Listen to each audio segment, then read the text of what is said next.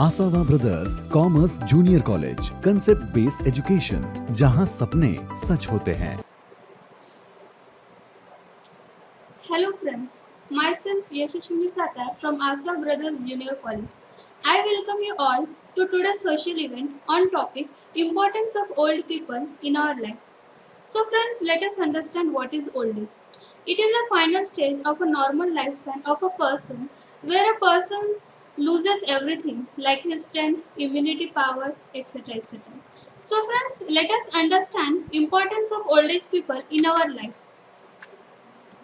First they share their experiences. Elders, हमें पता है कि एल्डर्स के पास बहुत सारे एक्सपीरियंसेस होते हैं। वो अपने लाइफ में हर एक सिचुएशन की उनके लाइफ में हर एक सिचुएशन की सॉल्यूशन उनके पास होती है। तो फ्रेंड्स, क्यों ना अपने अपने हम भी एक ना एक दिन उस सिचुएशन से गुजरना ही होता है। तो उनके एक्सपीरियंस हमें एज अ टॉर्च बैरियर बोल के एक्ट करेगा और उनके एक्सपीरियंस हमारे लिए बहुत इंपॉर्टेंट है। Second, they promote a culture of social setup. Any social setup is considered more cultural if its people treat their senior citizens with respect and care. हाँ फ्रेंड्स, अभी हम देखते हैं कोई भी अभी अपने जैसा स्टूडेंट हो, उसकी फैमिली बैकग्राउंड के बारे में तभी पता चलती है जब वो एक सीनियर सिटीजन, एक अपने एल्डर्स को जब वो रिस्पेक्ट करते तभी पता चल जाती है कि उसकी फैमिली बैकग्राउंड कैसी होगी। Third, elders are transistors of moral values. आजकल के बिजी वर्ल्ड में सभी जो मैरिड कपल्स होते हैं वो अपने वर्क में इतने बिजी होते हैं कि उनके जो बच्चे होते हैं उनकी तरफ ध्यान रखने के लिए उनके पास टाइम नहीं होता। और सही वक्त पे अपने बच्चों को अगर सही टीचिंग नहीं मिली तो चांसेस होते हैं कि वो बच्चा अपने लाइफ में कुछ बुरा कर दे या फिर अच्छे संस्कार ना मिले। तो इसके लिए एसेंशियल हो जाता है, इम्पोर्टेंट हो जाता है कि हर एक घर में एल्डर्स रहे, क्योंकि एल्डर्स बच्चों को सही टाइम पे सही परवरिश देते हैं and it helps them for future generation. उनकी लाइफ में सक्सेसफुल होने के लिए घर में एक एल्डर्स का रहना बहुत ही ज़रूरी है। दे लव अस अनकंडीशनली। ये मैटर नहीं करता कि हम अपने लाइफ में कौन है, क्या बनेंगे और क्या होंगे, फिर भी अपने एल्डर्स हमें अनकंडीशनल लव हमें देते। वो अपने प्यार में कभी ऐसे कंडीशंस नहीं रखते कि आप ये से करो वैसे करो तो ही हम आपको प्यार देंगे। वो हमेशा ही अपने बच्चों के बारे में हमेशा unconditional love they give us. So friends, let us see some issues faced by aged. First, neglect by their children. ये एक बहुत बड़ी इश्यू है। जो माँ बाप अपने बच्चे के लिए इतना कुछ सैक्रिफाइस कर देता है और जब बारी आती है बच्चों को कि अपने माँ बाप की तरफ देखिए, दे नेग्लेक्ट देम, तो ये नहीं होनी चाहिए। पर ये क्यों होती होगी? Due to gap, generation gap and materialistic attitude. जो कि आजकल जो भी चेंजेस हो रहे हैं इसके भी डिसएडवांटेज है कि वो अपने पेरेंट्स को एक ओल्ड माइंडेड समझते, पर ऐसा नहीं होता है। वो अपने लिए इतना कुछ करते हैं तो ये अपनी रिस्पॉन्सिबिलिटी कि हमें उन्हें अवॉइड नहीं करना चाहिए, उनके बारे में सोचना चाहिए। लोनलीनेस, अभी आजकल के बच्चे सब बिजी विद देयर वर्क, तो हमें उनके लिए समय निकालना ज़रूरी है। और इसी के वजह से हम इतने बिजी हो जाते हैं कि हम अब पूछते तक नहीं है कि वो उनकी हालत कैसी है, वो खाना भी खाया या नहीं। तो दे फील वेरी लोनलीनेस, और ये लोनलीनेस आ गया तो फिर बहुत ही बुरी हालत हो जाती है। फिर वो एक डिप्रेशन में चले जाते हैं और वो अपने आप को feel alone and they get unprotected. Abuse, अभी हम देखते हैं कि एल्डर्स को अब्यूज़ किया जाता है, उनको परेशान किया जाता है, कोई ना कोई कारण से उन्हें धमकाया जाता है, चाहे वो फिजिकली हो, इमोशनली हो, साइकोलॉजिकली हो या फिर फाइनेंशियली हो। उन्हें कुछ किसी ना किसी तरीके से उन्हें हार्म किया जाता है कि तुम ऐसे ही करो, वैसे ही करो, ऐसे मत करो, वैसे मत करो। तो ऐसे अब्यूज़ हमें उन्हें अब्यूज़ नहीं करना चाहिए। होपलेसनेस, जब ये सारी सिचुएशन उनके लाइफ में होती है तो उनके माइंड में एक नेगेटिव फीलिंग आती है और वो ऐसे समझने लगते हैं कि अभी उनकी लाइफ पूरे स्पॉइल हो गए और वो they feel dissatisfaction with their life and they feel failure and continuous pain. वो हमेशा ये पेन में रहेंगे कि मेरे वजह से कुछ अच्छा नहीं हुआ, फिर वो सब होप ही खो बैठेंगे and they feel that nothing will get better. उनके लाइफ में अभी कुछ अच्छा होगा ही नहीं। सो friends, let us begin with one small wonderful story.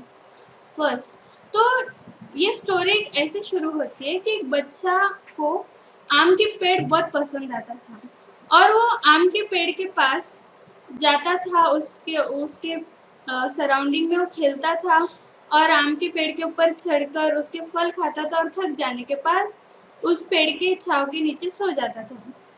पर जैसे जैसे वो बड़ा होने लगा वैसे वैसे वो धीरे धीरे पेड़ के पास जाना बंद करने लगा और ऐसे ऐसे कुछ ऐसे दिन बीत जाते हैं कि वो आता ही नहीं। फिर एक दिन ऐसा होता है, वो पेड़ फिर मन ही मन सोचता है कि ये उसकी याद में वो रोता है पेड़। फिर एक दिन ऐसा होता है कि वो बच्चा आता है और वो पेड़ बोलता है, अरे वाह तू आ गया और मुझे तेरी बहुत याद आई। और वो पेड़ फिर उसे बोलता है चल आज हम खेलेंगे फिर से। तो बच्चा बोलता है नहीं, अब मेरे पास समय नहीं है, मुझे पढ़ने का है, पर मेरे पास फीस नहीं है।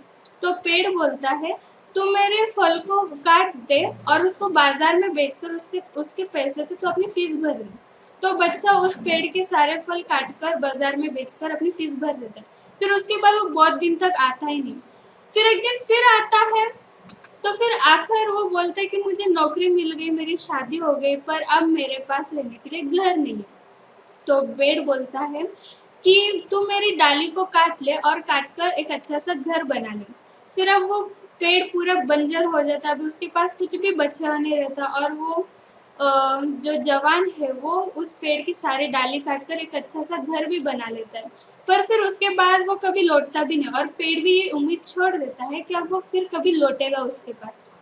फिर एक दिन ऐसा होता है कि एक वृद्ध आदमी, एक ओल्ड एज मैन उसके पास आता है और वो पेड़ से बोलता है कि आप मुझे पहचाने नहीं, मैं वही लड़का हूँ जिसके लिए आपने हमेशा ही अपने हर एक पेड़ अपनी डाली को काटकर मुझे मदद करते थे। तो वो पेड़ बहुत ही उदास हो जाता है और दुख से बोलता है कि मैं तेरी कुछ मदद नहीं कर सकता, अब मैं मदद करने की स्थिति में नहीं हूँ। तो ओल्ड मैन बोलता है आज मैं आपसे कुछ लेना नहीं आया, बस मैं आप आज के साथ अच्छे से आपके साथ खेलना चाहता हूँ और आपकी गोदी में सोना चाहता हूँ। और इससे वो पेड़ का फिर से एक अंकुरित, फिर से वो पेड़ नए से शुरुआत फिर से बढ़ने लगते हैं।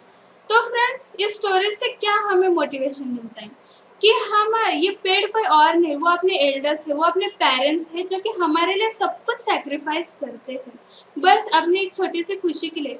और वो भी इस बंजर पेड़ की तरह यही सोचते हैं कि अपने बच्चे आएंगे और अपने से गले लगाएंगे। तो फ्रेंड्स क्यों ना हम भी अपने पेरेंट्स से गले लगे। Solutions to help our elders, क्या सॉल्यूशन है कि हमें एल्डर्स को इस सारे परेशानियों से दूर कर सके।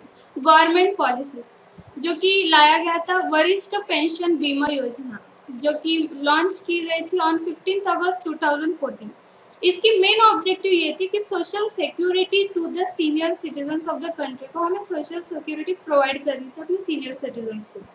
एंड और इस पेंशन की एक खासियत ये थी कि उस पे जो रिटर्न्स मिलते थे वो मोर देन 9% मिलते थे। World Elder abuse awareness day, world Elder abuse awareness day was launched on June 15, 2006 और ये लॉन्च किया गया था कि सबको अवेयरनेस फैलाने के लिए कि हमें एल्डर्स को परेशान करना नहीं चाहिए, उनको अब्यूज करना नहीं चाहिए। What we can do for them, first increasing awareness, अपने सारे यूथ को हमें ये अवेयर करना चाहिए कि एल्डर्स को हमें परेशान नहीं करना चाहिए और उनकी ख्याल रखना वो अपनी responsibility. Education, there is need to educate the public about the special needs and problems of older adults and the risk factors for abuse. क्या हो सकता है, हमें उनको एजुकेट करना चाहिए हर एक जन को कि हमें अपने एल्डर्स को रिस्पेक्ट करना चाहिए और उन्हें अब्यूज नहीं करना चाहिए और क्या प्रॉब्लम्स वो फेस करते हैं ऐसे करने से।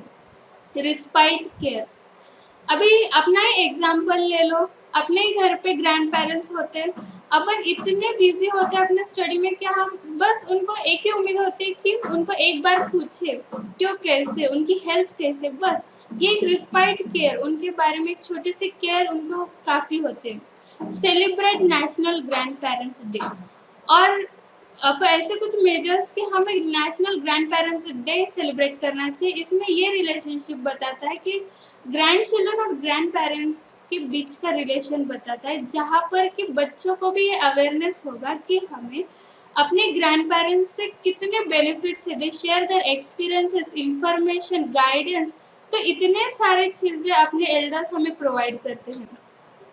सो should there be old age homes? के ये सब देखने के बाद क्या आपको लगता है कि ओल्ड एज होम्स की ज़रूरत है? मुझे तो लगता है बिल्कुल नहीं। अगर जो पेरेंट्स हमारे लिए सब कुछ सैक्रिफाइस करते हैं, अगर हम उनकी केयर ना लें तो क्या फ़ायदा? तो अगर हम अपने पेरेंट्स की केयर हम खुद कर सकते हैं तो फिर ओल्ड एज होम की ज़रूरत ही क्या है? So let's take pledge to let our elders age gracefully, respectfully, and with dignity. So, friends, last but not the least, I end my session with one small quote. To care for those who once cared for us is one of the biggest honor. Yes, absolutely. And here I end. Thank you.